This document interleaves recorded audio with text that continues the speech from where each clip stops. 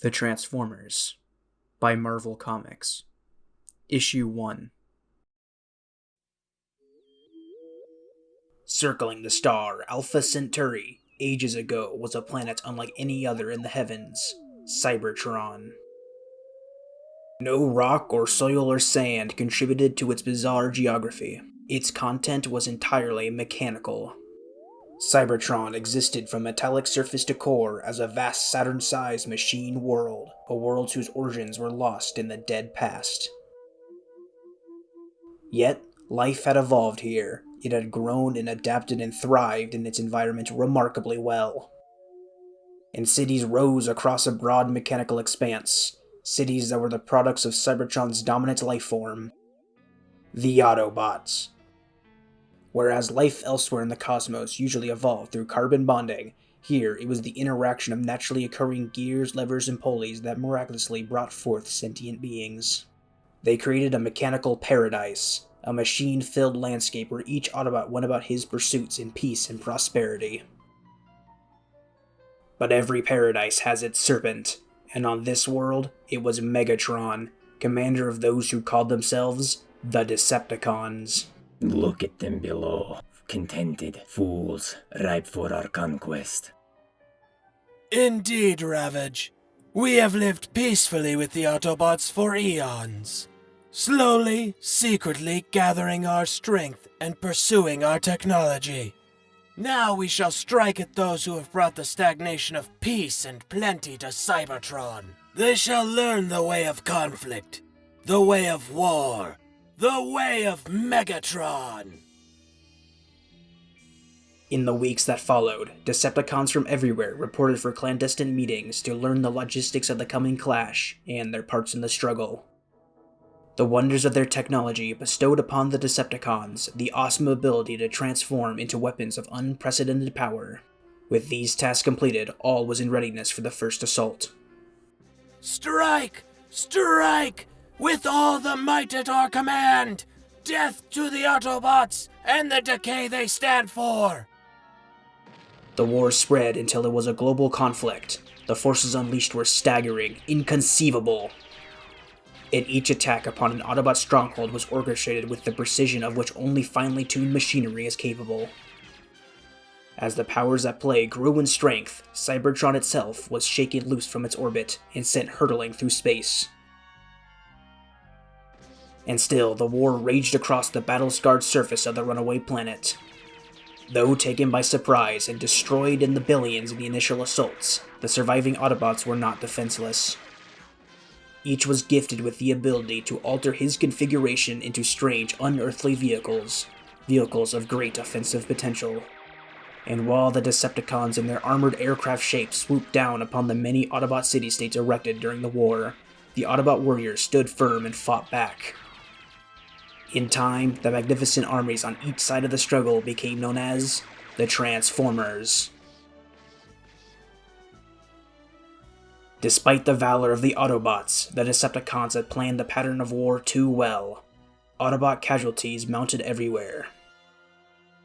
And in the forefront of the most devastating attacks stood the malevolent Megatron, whose deadly fusion cannon spewed endless streams of energy that laid waste to entire Autobot strongholds. Soon we Decepticons will have ground our enemies under our heel, and we shall begin our prime task. Rebuilding Cybertron into a cosmic dreadnought. We shall turn our very planet into the single most deadly weapon in existence. Then let the universe beware! But from Iacon, greatest of the city-states, there came a leader to inspire the Autobots in their hour of deadliest peril. Optimus Prime. Of all the Autobots, only he, wise and powerful beyond understanding, was able to unite the scattered warriors into a fully effective fighting force. Using his ability to transform into a combat vehicle, Optimus possessed a firepower potential that none but Megatron could match. Under the leadership of Optimus Prime, the Autobots repelled the Decepticons' assault with renewed vigor, and rebuilt their fallen city-states, until, again, they functioned as sanctuaries. And so, the war raged on for over 1,000 years. as Cybertron continued its mad rush through the cosmos. Until came the day when danger threatened from without as well as within. Cybertron's course had placed it directly into the path of an asteroid belt. Autobot astronomers relayed the danger instantly. A meeting of the Autobot elders was called. And that is what confronts us, my friends. The homeworld will perish unless we act now.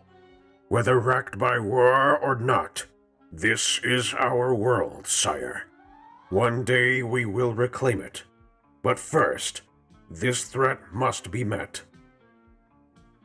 I shall lead a specially selected group into space itself to clear a path through the asteroids. But there is another danger. Our flight will expose us to the attack of the Decepticons. Those accompanying me might all perish in the attempt to save Cybertron. But I shall be there to meet the enemy should he strike. Unknown to even Optimus, his words were heard by the Decepticon Ravage, whose detection by any monitoring device was virtually impossible. Megatron will be pleased to hear of this, I am certain. The Autobots labored to construct a craft that would propel them into the void, a craft dubbed the Ark. Meanwhile, inside the foreboding Castle Decepticon that was home to Megatron. You have done well, Ravage. Your abilities to absorb electromagnetic radiation and thus remain undetected are enviable qualities. And ever shall they be in the service of the Decepticon Empire, my lord. See that you never waver, Master of Stealth. All too often the nature of the spy is to weigh his loyalties and switch when he feels the time is right. Never, great Megatron. Now, what is our course of action?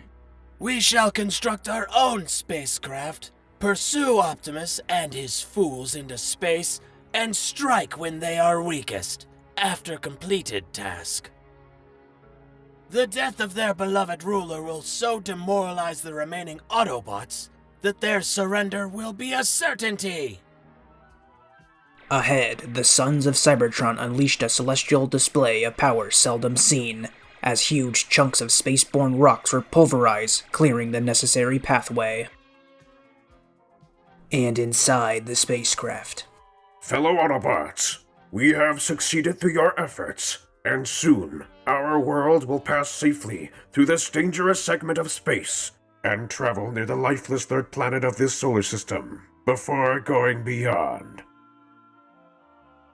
Let us rejoice in our achievement as we return to Cybertron, and let us redouble our efforts to end the slaughter that has consumed our world for so many centuries. We must make peace with the enemy, with the Decepticons. But the words of Optimus Prime were lost in the sudden din. The surprise attack violently shook the Ark and its occupants. Swiftly, the Autobots regrouped and retaliated. But their efforts were impossible to sustain. We are too weak after the exertion of destroying the asteroids. Our firepower, no match. Even the safety of the Ark was insufficient. Our hull is breached. Prepare to resist Decepticon boarding party. But the Decepticons were fresh, fully fueled for the battle. And the innervated Autobots were cut down where they stood. My computations show defeat is imminent within 5.7 minutes. Optional courses of action include... We have but one course open to us, Prowl. Most trusted of my advisors. I had anticipated such a move by the Decepticons. The Ark and its secrets must never fall into enemy hands. So, I plotted an alternate course that would take us on a suicidal heading. Directly into the third planet of this solar system. Farewell, my friend. Though we die, at least our enemies are taken with us. The impact was awesome. Huge clouds of dust and ash blanketed the nearby terrain as the spacecraft embedded itself in a volcanic mountain. Silence. For over 4 million years, nothing disturbed the crypt-like atmosphere within that dormant structure. And then, like a sleeper rudely awakened, the volcano erupts in a crescendo of explosive brilliance. The eruption uncovers an object buried some 40,000 centuries ago. An alien object pocked and pitted in the passage of time. Time which had changed the face of this planet and those who dwell upon it. The currently dominant species had named this world they rule Earth. This volcano, Mount St. Hilary. They have marked the movement of time numerically. As it is reckoned, the date is 1984. But all that means nothing here. Time and place have seemingly little significance to those who lay within this rotting hulk. The shroud of darkness has descended again here, for perhaps another 4 million years. Perhaps not. Pinpricks of light appear inside the craft, and the barely audible hum of machinery awakened by the titanic blast. Beacons flare, probing the darkness, illuminating the dank cavernous walls. In the side of the great ship, a hatch that has remained closed for millennia now opens. From it, a device is launched forth. It is a sensor drone. Its mission? Gather data for transmission back to the Ark. The scout craft relays his telemetry to the mothership. Although it was state-of-the-art technology when designed, its databanks possesses only the capability of perceiving mechanical life forms. Thus, the many carbon-based species pass below unnoticed by the active drone. Sensors confirm this is not Cybertron, nor any world in the Alpha Centauri star system. Scanning sequence continuing. Finally, miles from its point of origin, the probe picks up signals from what its logic circuits say must be one of the planet's indigenous life forms.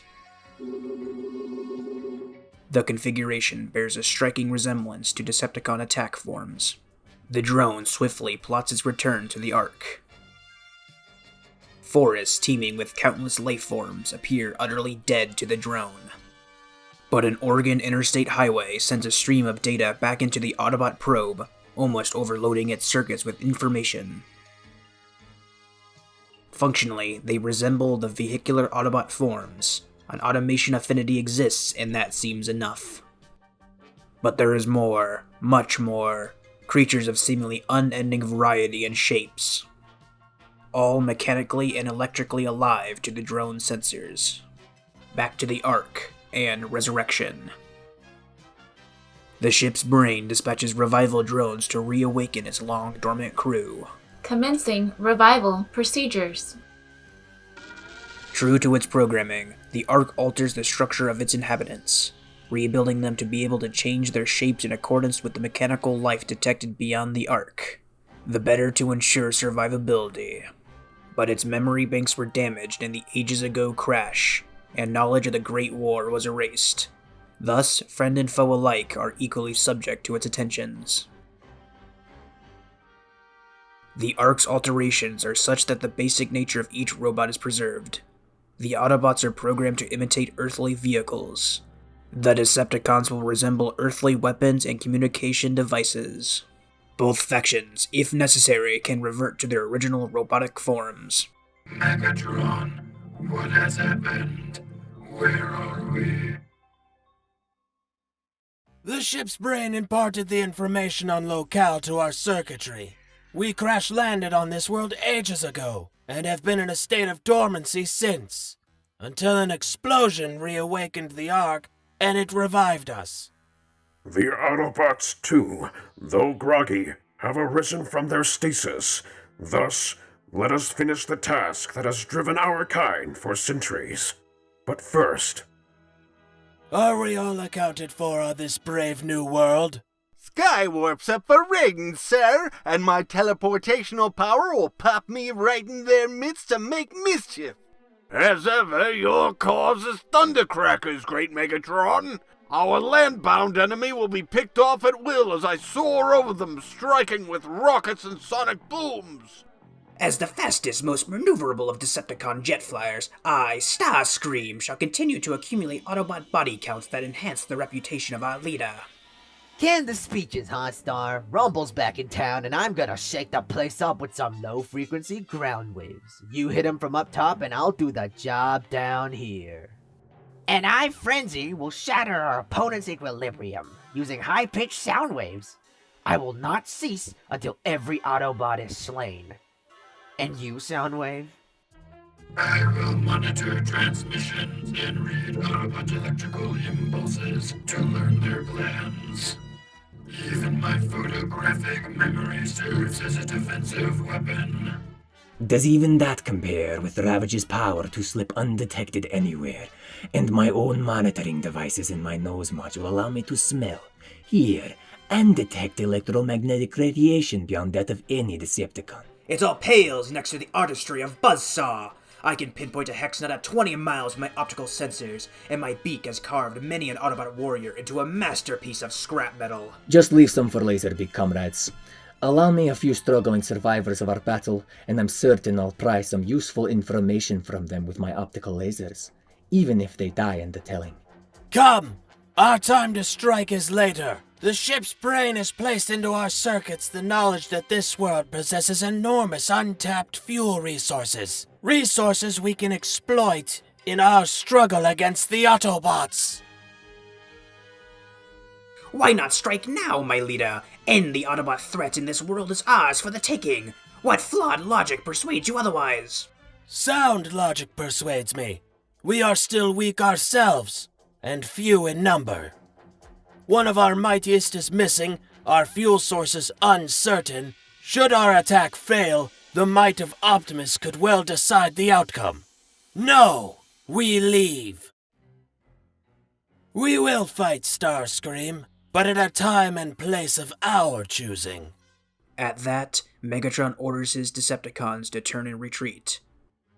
And while retreating, to transform. The Decepticons tear through the Ark's ancient walls and flee out of the volcano.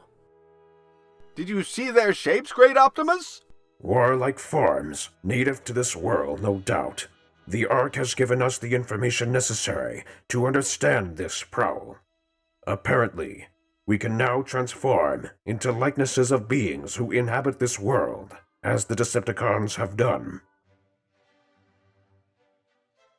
Now, let me ensure that our people have each survived intact. Ironhide's ready to roll, Optimus. I may be old and ornery, but my steel alloy skin hasn't been dented yet in battle. And I've got a bunch of new liquids I want to test out in my water gun. Yes, sirree.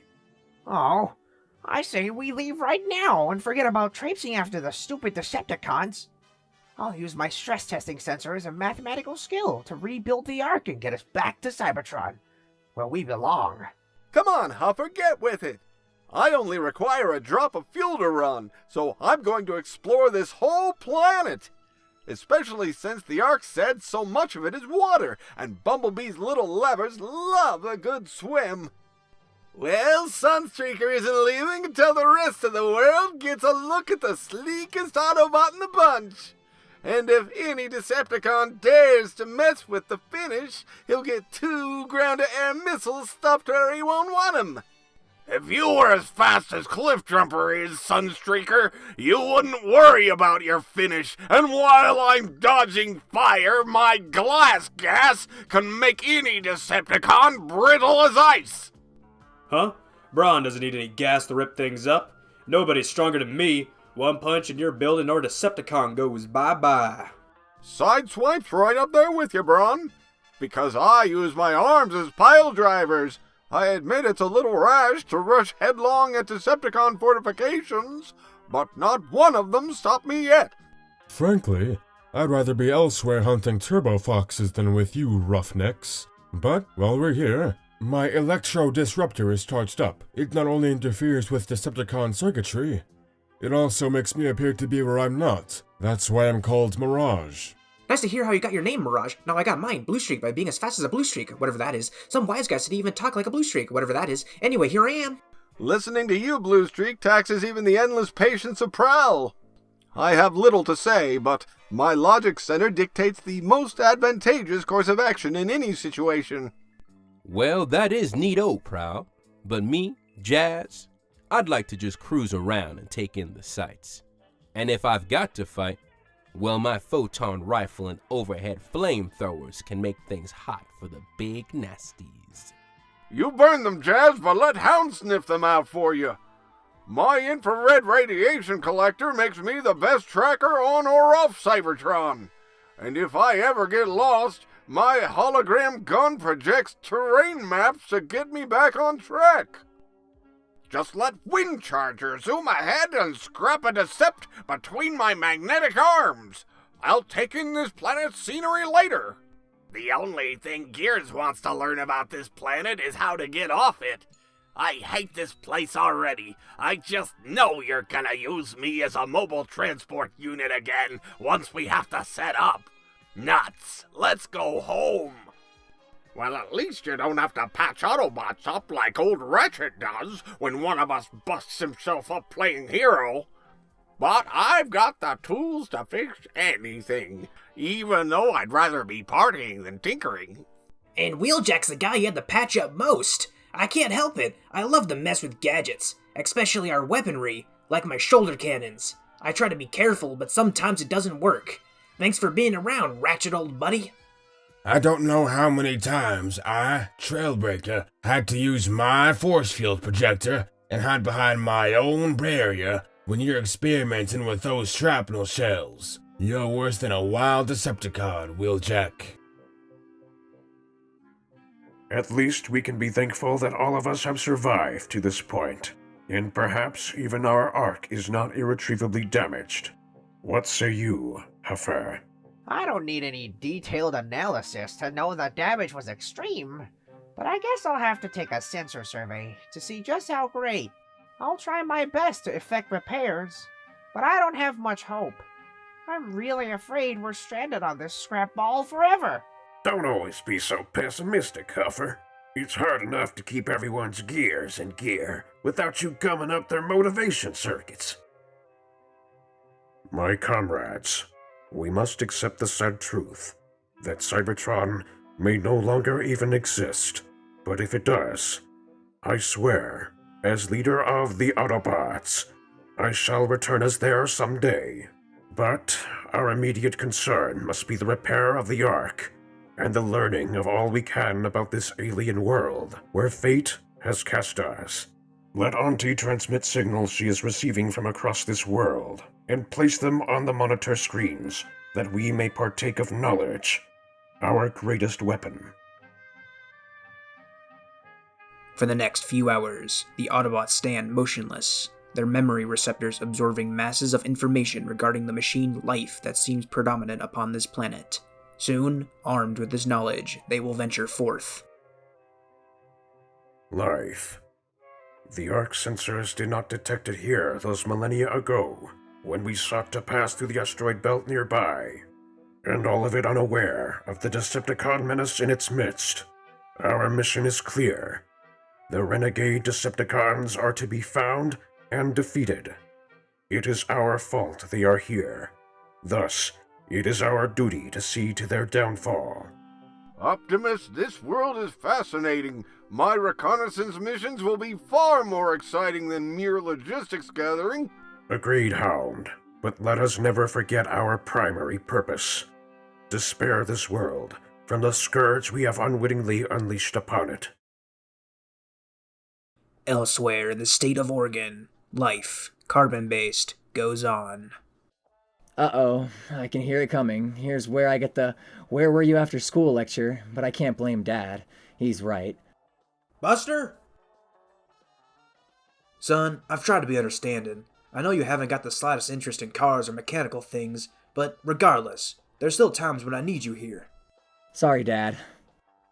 You know, I'm in the literary scholarship program and there's so much library work involved. I have to stay after school sometimes. But if I do get that scholarship, it'll mean you have a lot less bills to pay when I go to college.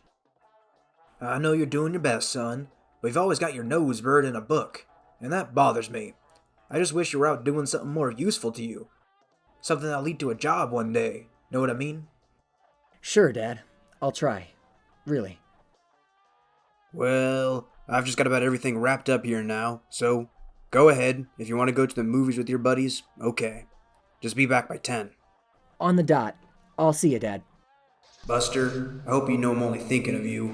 The world is full of folks that'll eat you right up if you don't show them you can do something. And you learn that by living, not reading. Not far away, a hitchhiker seeks a ride on a lonely highway winding down the side of Mount St. Hilary. I've had my thumb out all day, and I ain't seen a single car. Looks like I may be hoofing it all the way to town. Whoa, maybe I spoke too soon, but that can't be one car making all that noise. Hey, it sounds like the Indy 500. Holy smokes, a whole slew of cars, traveling at top speed, and nobody's driving! Well, Prowl, you're a lead in this expedition, so when do I get to start throwing punches? Optimus has assigned us the task of reconnaissance, Brawn. We are to avoid hostile contact unless absolutely necessary. I'm with Brawn! Let me at him! Stay in line, Cliffjumper. You'll get your chance. On my command only. Wanna bet, Brawn, that I'll be the first to spot an Earthling? What do you make of all this, Hound? Nobody notices things like you do. I wish I had half of your tracking talents. I'm too busy sorting my impressions out to give you an opinion, Bumblebee, but I will let you know. Prowl, my turret scope is locked onto some vital machine signs, just over this ridge. Prepare for contact, Autobots. Defensive modes if necessary. Reaching the top of the ridge, the transformed Autobots draw silently to a stop. Sensors sweeping the scene below, they strain to understand what it is they are scanning. Is that them, Prowl? Have we found the Earthlings? I don't know, Bumblebee. They looked like the inhabitants the Ark scanned. But what was that giant screen? What were they all doing assembled before it? Probably some kind of religious ritual, Hound! Why would machines worship moving pictures of strange objects? The only way we're going to find out, Bumblebee, is to ask. High above. This is Decepticon Laserbeak reporting to Decepticon Leader Megatron. The Autobots have ventured forth from the volcano and seek to make contact with this planet's inhabitants. Laserbeak's message causes consternation among the Decepticons assembled on an inaccessible mountain peak. The Autobots? In an alliance with the inhabitants of Earth? We cannot allow that, Megatron. We have already learned that Earth possesses abundant fuel resources that we can exploit as we prepare for the conquest of this world. We must deny those resources to our enemies. Go forth then, my Decepticons. Destroy the Autobots! Their curiosity piqued by the strange ritual, the Autobots move into the drive-in. Alright, how many? Come on, you pay by the head, you know? And they speed right past the startled cashier. I'm gonna be first to greet an Earthling. Bumblebee, come back! We must reconnoiter first. You can't check the exuberance of youth, Prowl. And in a nearby car. Hey, Buster, Jesse, could you two disengage so I could see the movie? Sorry-o. What the heck? We've been hit! Bumped from behind by a fender-bending beetle? That'll cream me! Listen, say, that's weird. No one's in there. Did its brake slip so that it rolled into Dad's car? Or is this some kind of a joke? Buster's question goes unanswered as the Decepticons attack. Oh! Jumpin' jet fighters! This place has just become a war zone! Buster, we've got to get away from here. UNO, go for help, Jess. I've got to stay. How could I possibly tell them that I thought I heard this Volkswagen cry out in pain? And no one's inside. I have to find out what's happening here. This is almost beyond belief. The Decepticons have launched an assault and the Earth vehicles have done absolutely nothing to defend themselves. Can this strange ritual be so overwhelming an experience that it has put the Earth robots in a trance? Or was the data from the Ark wrong? I must put my logic circuits to work on this. Prowl, I don't intend on sitting here all day and being used for target practice. I say we make a stand here now. I had hoped to Optimus we could avoid this, but... It seems our adversaries have left us little choice. Assume defensive configurations. Now you're talking my lingo. I told Megatron this frontal assault tactic he's so fond of is foolish, Thundercracker. Guile and stealth are far more effective than missiles in the long run. We have to follow Megatron's way, Starscream. It's been successful up to now. I don't think we should openly defy him as you've been known to do. Get close to me, because I can take the brunt of their firepower without flinching. Come, Starscream. Surely you don't fear to strike at a foe that is unable to fly, do you? Try to take a bite out of me, will you, Laserbeak? Well, here's something to chew on. I'll hold my attack for just a moment, until the Decepticon scum gets just within range, and then... Thundercracker, look! Cliffjumper is alone! Slay him! So, Starscream, you strike at me because you think isolation makes me vulnerable? You have obviously never flown in the face of my glass gas gun! Ugh! The gas coats me, making my metal brittle and breakable as glass! Flee, Thundercracker! Fly! Ha! I hope my comrades have witnessed my triumph! But Cliffjumper's companions have other concerns at the moment. We must not let the battle divert us from locating our friend Bumblebee. The little one may be lying somewhere hurt, or worse. Hound's tracking abilities would soon pick up Bumblebee's trail, were not for the Autobots' own immediate location suddenly revealed to the Decepticons by one who skulks in the shadows. Ravage!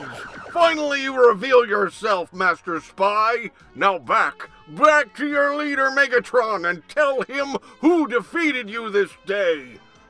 I could imagine Ravage's anger were he to learn that he fled from nothing, mere three-dimensional holograms cast by my turret gun.